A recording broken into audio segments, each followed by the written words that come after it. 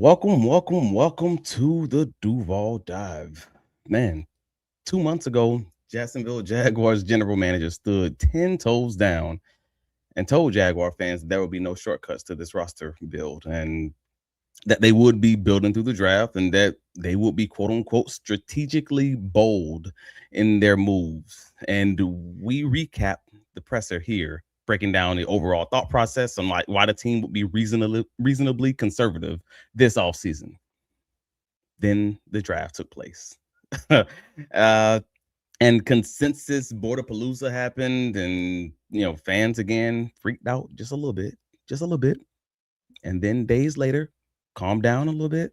And well, that calm didn't last very long. Welcome to the Duval Dive, y'all. I'm your host, Travis D. Holmes with BigCatCountry.com and the Believe Podcast Network. Thank y'all for hopping in this glorious Friday night, man. Now, after a bit of off-season normalcy, we'll call it, with the fan base slightly calming down just a little bit, following OTAs and all the positive vibes and everything else with the Jaguars passing game, the deep passing game kind of tinkering, kind of ramping up.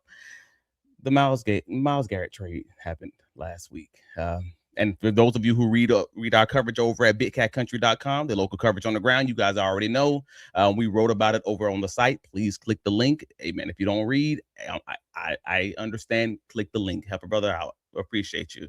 And more importantly, it occurred with James Gladstone's old team, no less. So yeah, that's the trade of the year is obviously done, involving Les Snead's LA Rams giving up their young two-time Pro Bowl defensive end Jared Verse, who's already a former rookie of the year winner. I mean, he did that in exchange for Cleveland Browns, 5 freaking time first team All Pro, 2-time Defensive Player of the Year, all-time single season second sack holder, defensive end. Just freaking ridiculous. Like, that's an insane win now move. And from a lot of my conversations with a lot of Jacksonville Jaguar fans, it felt like a lot of y'all simultaneously just slammed the table. And if I'm wrong, please let me know in the comments. But because I gotta ask, like, for me, it was an obvious question, man. Like, what did fans expect here? And it's a real true, like, earnest question. With the Rams roster, obviously they're a little bit ahead of the Jaguars, like, and maybe not by an insane leap. I mean, they played on the field last season, but you can just look at the maturity of the roster as far as that's concerned and say, yeah, they're probably a little bit ahead. And even the most teal shades wearing Jacksonville Jaguars fan can probably come to that consensus. So if you look no farther than their quarterbacks looming retirement, like Matt Stafford, and all the accompanying like money moves that they have going on both there in LA and also with the Jaguars on this end, you're probably going to come to that conclusion. And shout out Robert, I see you in the comments. No worries with this staff. Hey, I'm happy to hear it. Like, what's going on, Social Alky? PT Phone Home says the biggest move of the last 2 off seasons was Travis Hunter. I honestly believe that, which, yeah, I think that's probably accurate. The King David, Duval for life. I'm happy you can make it to the live pod. That's awesome. But yeah, let's start. Let's look into the money. First thing first, man. You got just taking a look at the financials. When I say the Rams are ahead of Jacksonville, the Rams cap is spent primarily based around their Pro Bowl and their All Pro players that they have. Like, they are really not wasting very much, if that makes any kind of sense. Like, their quarterback, he's entering what's likely going to be his last year, if not last few years in the NFL.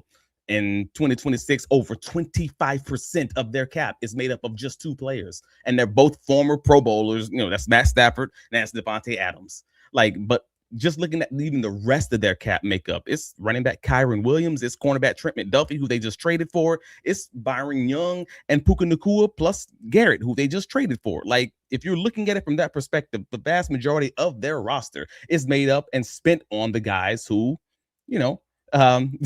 is spent on the guys who are your talent that probably should be able to kind of push you over into being into that next level of an elite team, and not just having like elite players making you feel like you're an elite team.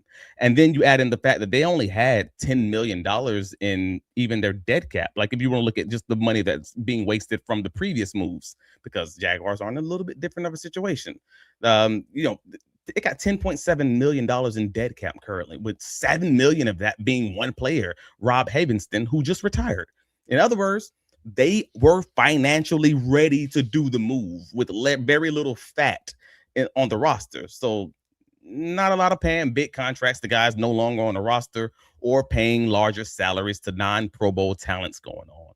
Now, everybody's I've been having a similar conversation with most people, like the Jaguars fans in the Discord, Jaguar fans on X, Jaguar fans on Blue Sky, etc. It's a lot of the same conversations that's happening even in the Facebook groups, which can be a little wild sometimes because old people be saying some wild stuff. But at the end of the day, like even looking at the Jaguars cap situation comparatively, you got 25% of the cap for LA was just Stafford and Devontae Adams. Now you look at Jacksonville comparatively. Top 25 of that cap alone is Trevor Lawrence, Josh Hines-Allen, Eric Armstead, and Foye Oluokun combined. Like, you're comparing Matt Stafford and Devontae Adams to those four guys, basically, with the same amount of money. And the only player I just named from Jacksonville that's a former or even a current Pro Bowler is Hines-Allen and Trevor Lawrence. I believe I got that right. Because I had to look it up because I didn't even trust that was correct. But yeah, you're talking Josh Hines-Allen and you're talking Trevor Lawrence. And we all that know that the fans and the media have kind of been actively discussing 2 and maybe even 3 of those guys not even being on this roster within the next, let's say, year to 2 years, worst case scenario, just due to their age and their contract. So I personally forgot that Foye and Armstead had never made a Pro Bowl in their careers until looking it up. But that ain't even the main story, man. I just wanted to show that comparatively, like the big money going to the Pro Bowlers and the All Pros you drafted or traded for compared to that same money going to good, but not top of the league good players is obviously a way different scenario, and they're getting way less for your dollars. Like, that is the problem. And Mark said it kind of best. Like, Walker Little and Armstead is a problem. Also, the dead cap. Like, you're in a significantly different situation. And I think that that's probably the most appropriate way of looking at it overall. You're just in a much different situation. And yeah, as DeLugo and I mentioned on Wednesday, and to Mark's original point, the real story in Jacksonville is the fact that they are still knee deep in their quote unquote cleanup process from Trent Baalke's flood of cap space, from like all the rough contracts 2 seasons ago that they were just trying to kind of get out of and figure out the best way they can do it to spread it out. And that felt pretty clear following their 2026 free agency cycle. Like, look at the dead cap. We've already talked about this a lot. You already know Tyson Campbell, Gabe Davis, Greg Newsome, Darnell Savage. I mean, I feel like this should be pretty clear. Like, they didn't match Pro Bowl running back Travis Etienne or All-Pro Devin Lloyd's $12 million and $14 million salaries, and they have $54 million in dead cap right now, and that's 9th in the league. $48 million of that is Joe's 4 guys I just named: Campbell, Gabe Davis, Greg Newsome, which was basically you may as well write that as Tyson Campbell penalty, because they only agreed to that trade in an attempt to make the money work by moving Tyson. So like, and then Darnell Savage. So that's $48 million less that this team had to work with. Again, compare that to the Rams when you're looking at a team that has $10 million. This is not comparable. And I want folks to understand that when they keep trying to compare themselves to these teams who are able to make these moves because they're in the right financial situation and the right roster situation to kind of make that work.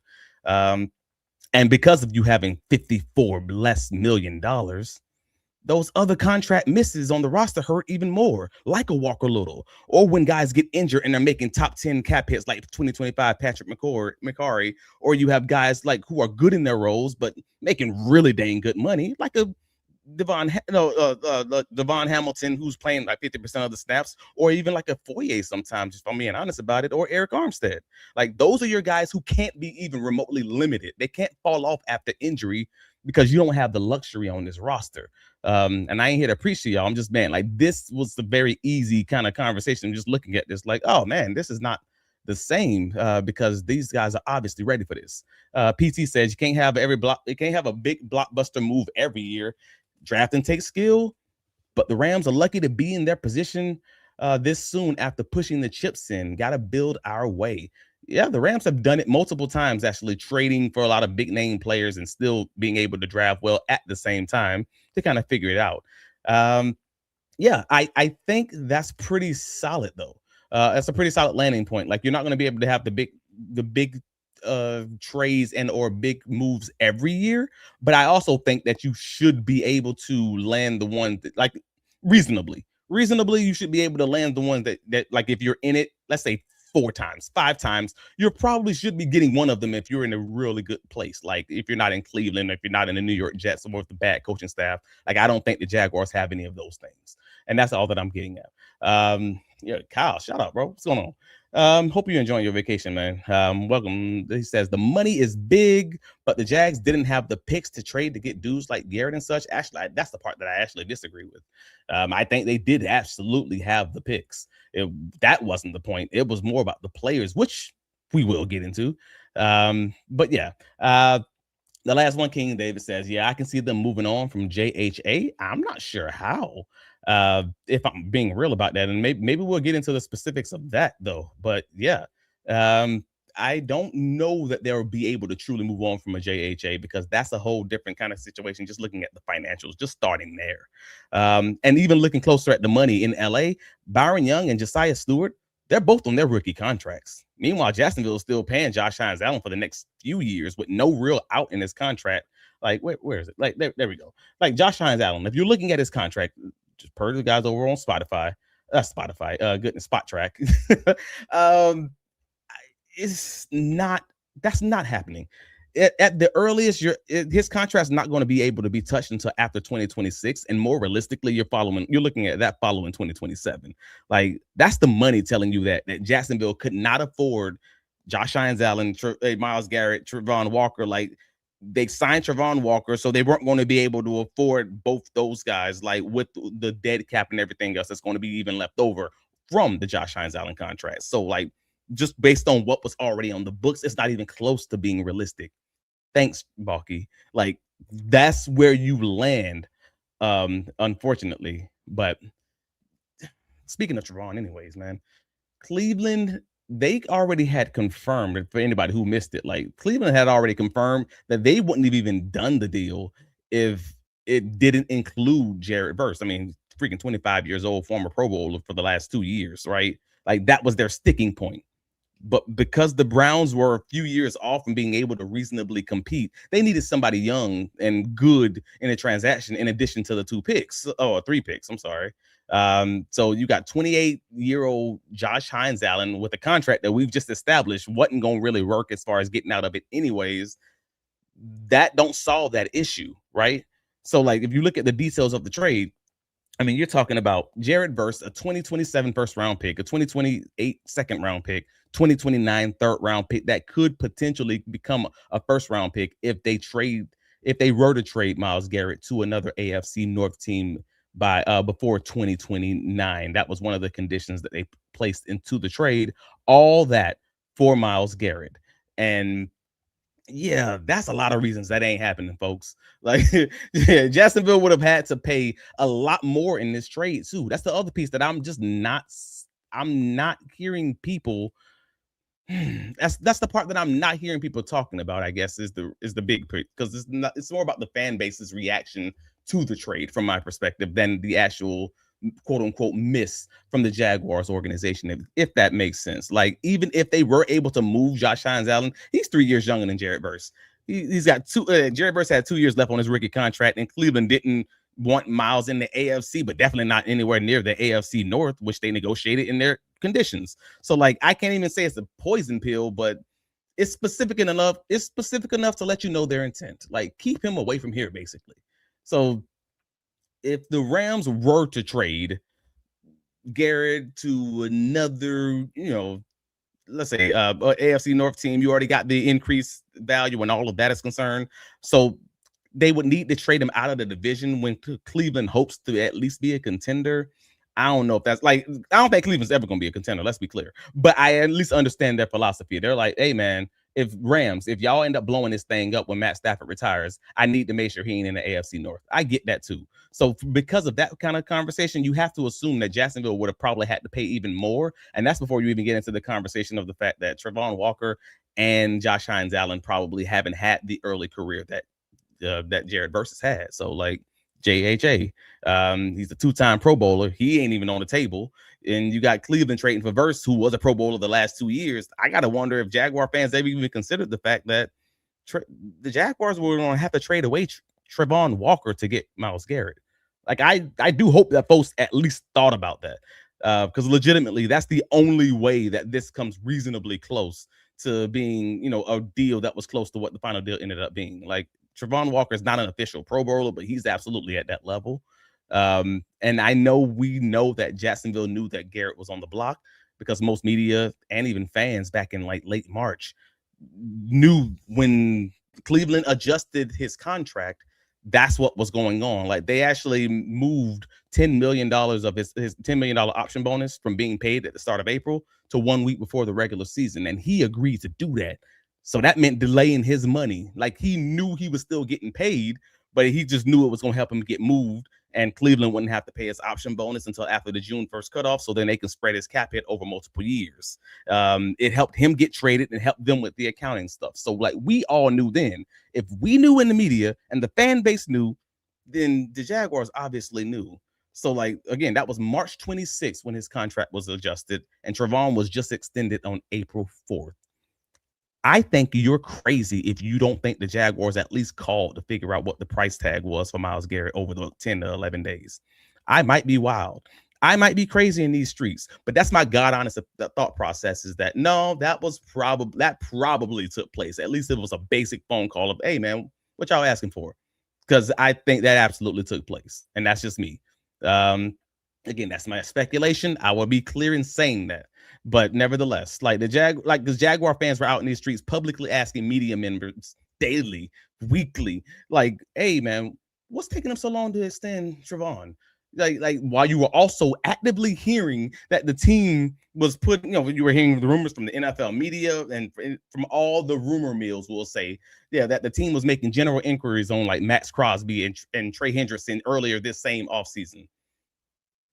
1 + 1, like I'm just putting what you're hearing together, and when you add that the team was also reportedly interested in like what was it, Quentin Williams last season. When you have that buildup of inquiries and then nothing comes out of it, it does kind of just start sounding like a boatload of swings and misses. Like, I'm going to be honest and say that if you're looking at it from the fan base's perspective, I get it.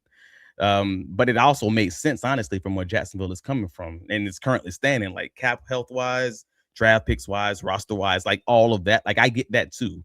But in terms of Garrett specifically, I'm just pointing out that any trade would have come down to Trevon Walker and likely higher pick compensation for Myles Garrett. Like, maybe there are fans who are out there who would have been like, absolutely, I trade 26-year-old Trevon Walker for 31-year-old Myles Garrett and a bag of first round picks. Like, I'm cool with that. And if you are that person, I don't blame you. Like, I don't blame you. He's under contract to 2030. That's when he, I believe, turns 35. He just set the all-time sack record last year, and he don't really seem like he's going to be falling off a cliff anytime soon with the way his game is sort of set up with that old man strength. Like, cool. But, James Gladstone also previously said that the team will be, quote unquote, calculated in their shots to improve the roster. I believe he called this strategically bold. Cool. So a Myles Garrett trade of, say, Trevon Walker, that's probably what it will look like. Yeah, I think a Myles Garrett trade. Oh, yeah. I don't even know how you make that work. It would probably have to be, a 2027 first, 2028 first, 2029 second. And that's what it would have likely had to be. And that's what it would have taken to get the deal done. And even then, that's just like, it's way too much. And I can understand why. And I can understand why that's never going to happen for the Jacksonville Jaguars team. I say that, then again, it's still the Rams, and they do trade their first round picks freaking often. But my guy AC, he said something moderately similar to, like, it's just sort of one of the points like he was made. Like, that's what's going to take to get this deal done. Then I think folks are going to feel a lot better about it, if that makes any kind of sense. I'm okay with Gladstone passing on Garrett for a few reasons. Number one, what it takes to give it up. Don't get me wrong, if you decide to trade Josh Hines Allen somewhere throughout the season, I'm not upset about it. But what else would you have to put together to make that trade truly possible and attractive? Also taking on Garrett's contract, you have to look at that as well. But I will say I'm not out on Gladstone, but I am side-eyeing him and looking at him a little bit because that draft, it's tough. It's tough. I will say I was happy that he was going after, Dexter Lawrence, that he was going after. He was willing to go that route with Quentin Williams to go a little deeper, but we'll see, man. There's still a lot left to be desired. Right. No strategic about it. That's 100% uncut. It's bold. This is it. It's a bold acquisition. Ain't strategically bold. Like, is Gladstone the one to make that trade? Is he the guy to make that trade? Like, I have no reason to believe that he's not. But that's a legitimate, like, Super Bowl right now or you're fired type of bold move, like with legit, question marks on a lot of key roster spots for this Jacksonville Jaguars team. I'm not ignorant to that fact. Like, you talking running back, linebacker, interior, pass rush, maybe even the early health of your starting left tackle, maybe even outside cornerback. Hell, I mean, slot cornerback. You got Jordan Lewis not even practicing right now. Like, and possibly even your recently signed free agent running back Chris Rodriguez, who ain't even practiced this summer yet. Like, across the board, you're looking at a situation where it's like, oh, this is obviously not the same as you're talking about a mature Rams team. Like, that's the piece that I wanted to kind of just point out. Like, when folks are getting kind of frustrated or in their feelings about these big things not happening, I'm just like, yo, this is not the same. This is obviously a different sort of situation.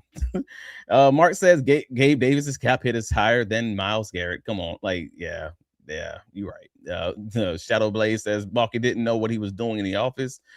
I mean, that's an arguable point. Yes. Kyle says, hey, the healing can begin, and you're right. That is the process. The cleaning out this cap is allowing the healing to begin by starting to clear that up and try to make the moves that you are then able to make moving forward.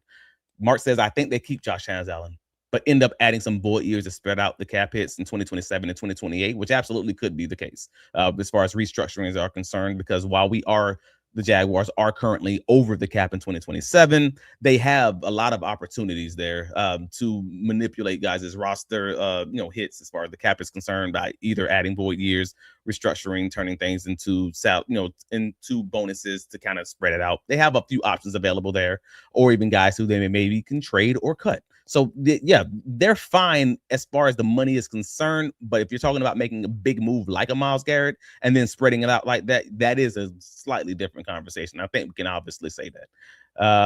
Travis Champagne says all the way live. Finally caught a live stream. Man, shut up, man. I always see you in the comments afterwards. But yeah, man. PT Preston says Trevon, 2 firsts and a second. Y'all sure? Yeah, I pass. Yeah, and I understand. But again, you're talking about Jared Verse. He's not a slouch, bro. He's a really dang good player. And if that's what the price is, the price of the price. If you want it, you want it. It sucks, but it is what it is, bro. I don't know what to tell you. But the biggest note in this conversation, the biggest note is the one that I've listened to a lot of Jaguars media this week, and I have not heard anybody kind of talk about it. Like, it feels like folks forgetting that Garrett had a no trade clause in his contract. That's the one. If anything, that's the one. Like, he waived his no trade clause to be moved from Cleveland to California. He's already friends with LeBron James, another guy who went from Cleveland to California. And his girlfriend, his Olympic, I think she's an Olympic gold medalist or silver medalist, whatever, girlfriend, she's from California too. Like, who's to say that he would even chose to come to Jacksonville for that matter? I watched his presser, with, I believe it was with Sean McVay and Les Snead them.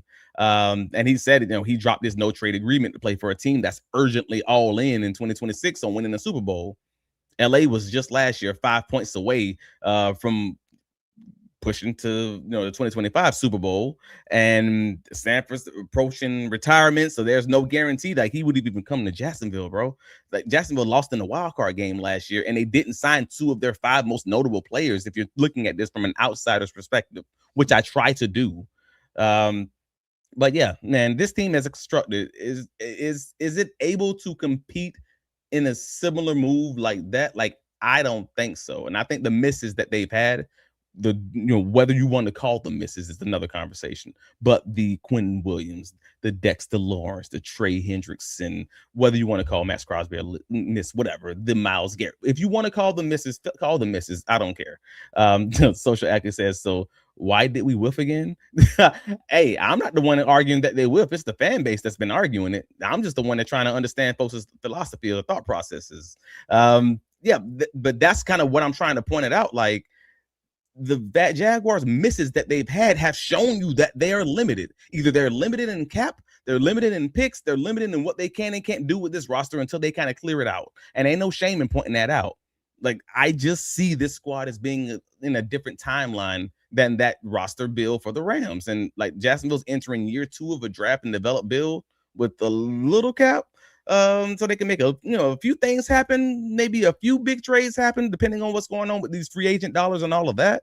But yeah, unless you're giving up someone who's about to be paid, that's not getting paid right now, but about to be, and you want to get out of it in that way, like a Parker Washington, like a Brenton Strange, like an Antonio Johnson, or in this case, like at the time, a Trevon Walker, then you may have those as options. But for me, I'm like, don't be shocked moving forward when they finally are able to kind of complete a move like this, like, because that's what draft and develop means. That's what F them picks means. Next man up. Then you play a comp pick game and kind of fill out the rest of the roster, like the Ravens we've kind of been doing these past few, decade plus. And that's why I'll say to Kyle all the time, man, F them picks means F them players. And it's not in a disrespectful way. It's in the business ways. It's cutthroat corporate America speak. Like in my Cat Williams, what is it? Friday after next Money Mike. Like, everything must go. Maybe even you. Like, and that's what it is. I mean, if you've ever had a corporate America job, you already know what it is. Like, you get what you can get from them. They get what they can get from you. But that's kind of what it is.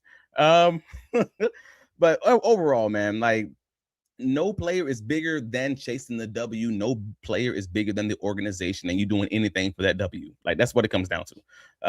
So I expect, like, maybe starting around the trade deadline this year, we'll get a better gauge of like where they feel that they're at in terms of the finances, maybe even trading for bigger name players and actually like being able to go through. Because they're at that point entering more clean slate territory that looks a little bit closer to what that Rams finances, that Rams roster looks like. I'd say we signed Javon Clowney and slide Trevon inside with these in. I mean, I don't know if it matters who's going to be there. I think they'll still be doing a lot more of that sliding Trevon inside just in general. But yeah, BC says, I've lived in LA and Arkansas. Not saying Jax is Arkansas, but location matters. I mean, yeah, that's the gist of it. Did Kyle get traded? Man, you know that man on vacation. Let that man enjoy his time off, bro. You only get so much. And yeah, thank you, King David. Trust Jacksonville is nowhere near Arkansas, but it's probably closer than LA. I would probably agree with that. Social Aki has a very reasonable landing point on his take. I don't see misses as moves made that don't work out. Not making a move is not a miss, especially when the team who is ascending. I don't know if I can get down with that.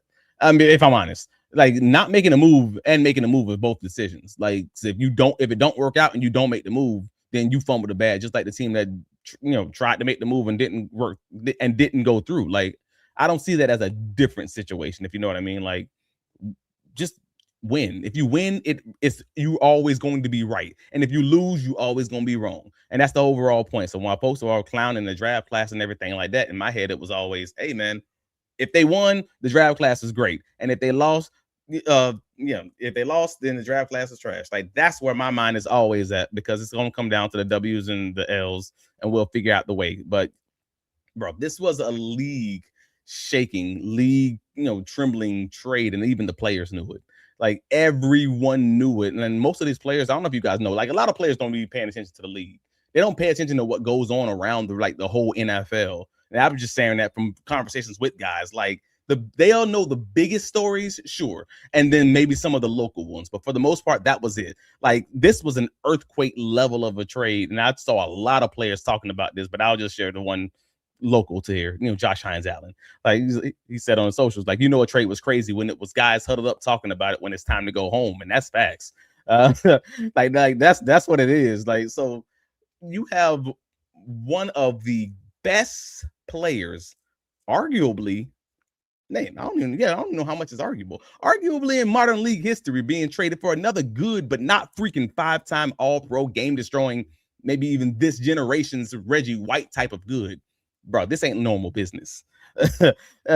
And the team that traded for them just happened to be the team who got their last Super Bowl with Aaron Donald on the roster, who might come out of retirement to play with this Joker. Like, it's crazy. They went all in. And for Jacksonville, Myles Garrett was always kind of like a pipe dream, like too expensive, too early, wrong position in the wrong conference at the wrong time with their current finances already that they had on the books. Like, we all know it's true. It's just time to kind of admit it. It's not a miss by Gladstone. It's not a swing and a whiff or anything along those lines. It's just not the right time. And that's okay. You ever been in a relationship with somebody and you're just like, hey, man, my money ain't right, or I ain't got a job right now, or I'm just going through it, or this just ain't the right time for me because I just broke up with so and so and they messed my mentals all up, or whatever the thing is, man. Y'all know what this is. Like, you're not always going to be in the right time to take advantage of the right situation. It is what it is. That time is coming though.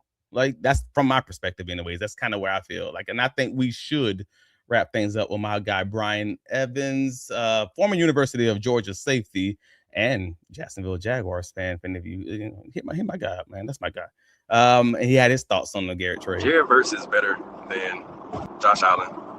So let's just say you might have had to give up either Josh Allen or either Trayvon Walker. So you would have to give up Josh Allen plus God knows what else first-round draft picks in the future. And I still got a bad taste from this past draft. So I can't imagine us going 2 or 3 more years without a first-round draft pick.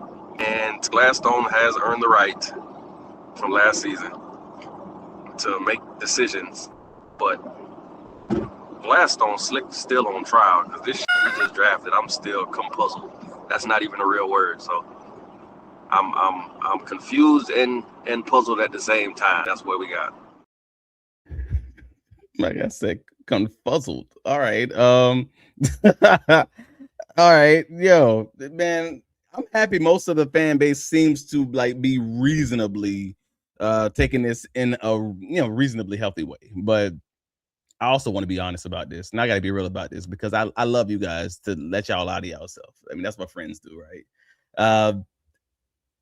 You cannot tell me that every single one of y'all would not be jumping off the Danes Point Bridge with excitement if Jacksonville had been a team to pull this off somehow. Like, I want to be honest about that too. Like, I'm 100% sure that even Rams fans got some sort of lemon booty on the prospect that they just gave up that much for one guy in one position that could be injured as early as tomorrow. Like, it's the price that makes it easy to swallow for a lot of people, and I think time heals heals all wounds.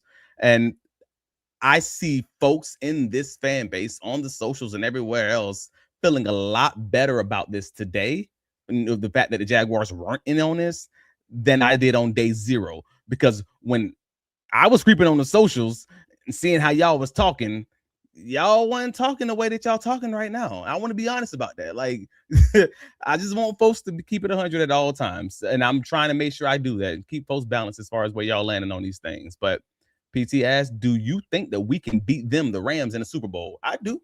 But I think if you played that game 10 times, would the Jaguars win that 10? Would the Jaguars win 6? I don't believe that.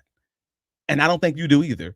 And if I'm wrong, let me know in the comments, brother. But he says, but I understand if someone doesn't think so, and at least we win the AFC, I think it's possible. So that's what I love about football, man. There's always an opportunity to win, but that doesn't mean you're going to be the team that wins the most consistently. Like, if that game is played 10 times, you ain't got to be the best team every time. You just got to be the best team that one time. That's what makes the NFL so great. The underdog has a much better shot, because if you got a puncher's chance to win that one weekend, based on the climate, based on the field conditions, based on injuries, based on fill in the blank thing. So from that perspective, I actually do like. I think the Jaguars have a reasonable shot, but do I think the Rams roster across the board is a better roster, especially when you're talking trench play? Nah, bro. Rams got that. And I'm not wearing teal glasses enough I'm not drunk enough on the teal Kool-Aid to say that. And yes, the Super Bowl is in SoFi too this year. So, and I personally think they might have a really good shot of Aaron Donald coming out of retirement. And I know if I'm wrong, I'm wrong, but that's kind of what I heard also. So we'll see if it happens, but man, come on, 3 inches.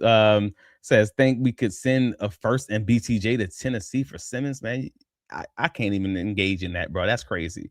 Yeah, King David, that boy said compulsed. Oh, but yes, man. Yeah, hit them lights. Appreciate you, PT. Kyle Paradise ain't that nice, but have fun, bro. Go Storm. Yes, Storm with the Orlando Storm with that playoffs. That is something. We'll see if they come through with it. No, an away game, an away playoff game, which is crazy. With an away home playoff game, which is the oddest thing. You got a home game, but you can't play it at home because of everything that's going on, man. Rams fleece the Browns, says Jetpack. Rams fleece the Browns. Don't know how you. I don't know how we land there. But I mean, maybe it depends on how you feel about that one man, I guess. But at the end of the day, and Reyes says, I don't know how it's how Buffalo beat us last year. Puncher's chance for sure. That's facts. Jacksonville was the better team from my perspective, and it doesn't matter if you're the better team. You just got to win that day. Because again, if Jacksonville wins that game 7 days out of 10, great. I hope you can sleep better at night knowing that. Like, that's what it is, man. But yeah, man, I got y'all. So if y'all ain't got nothing else going on, y'all want y'all to enjoy the rest of y'all Friday night, man.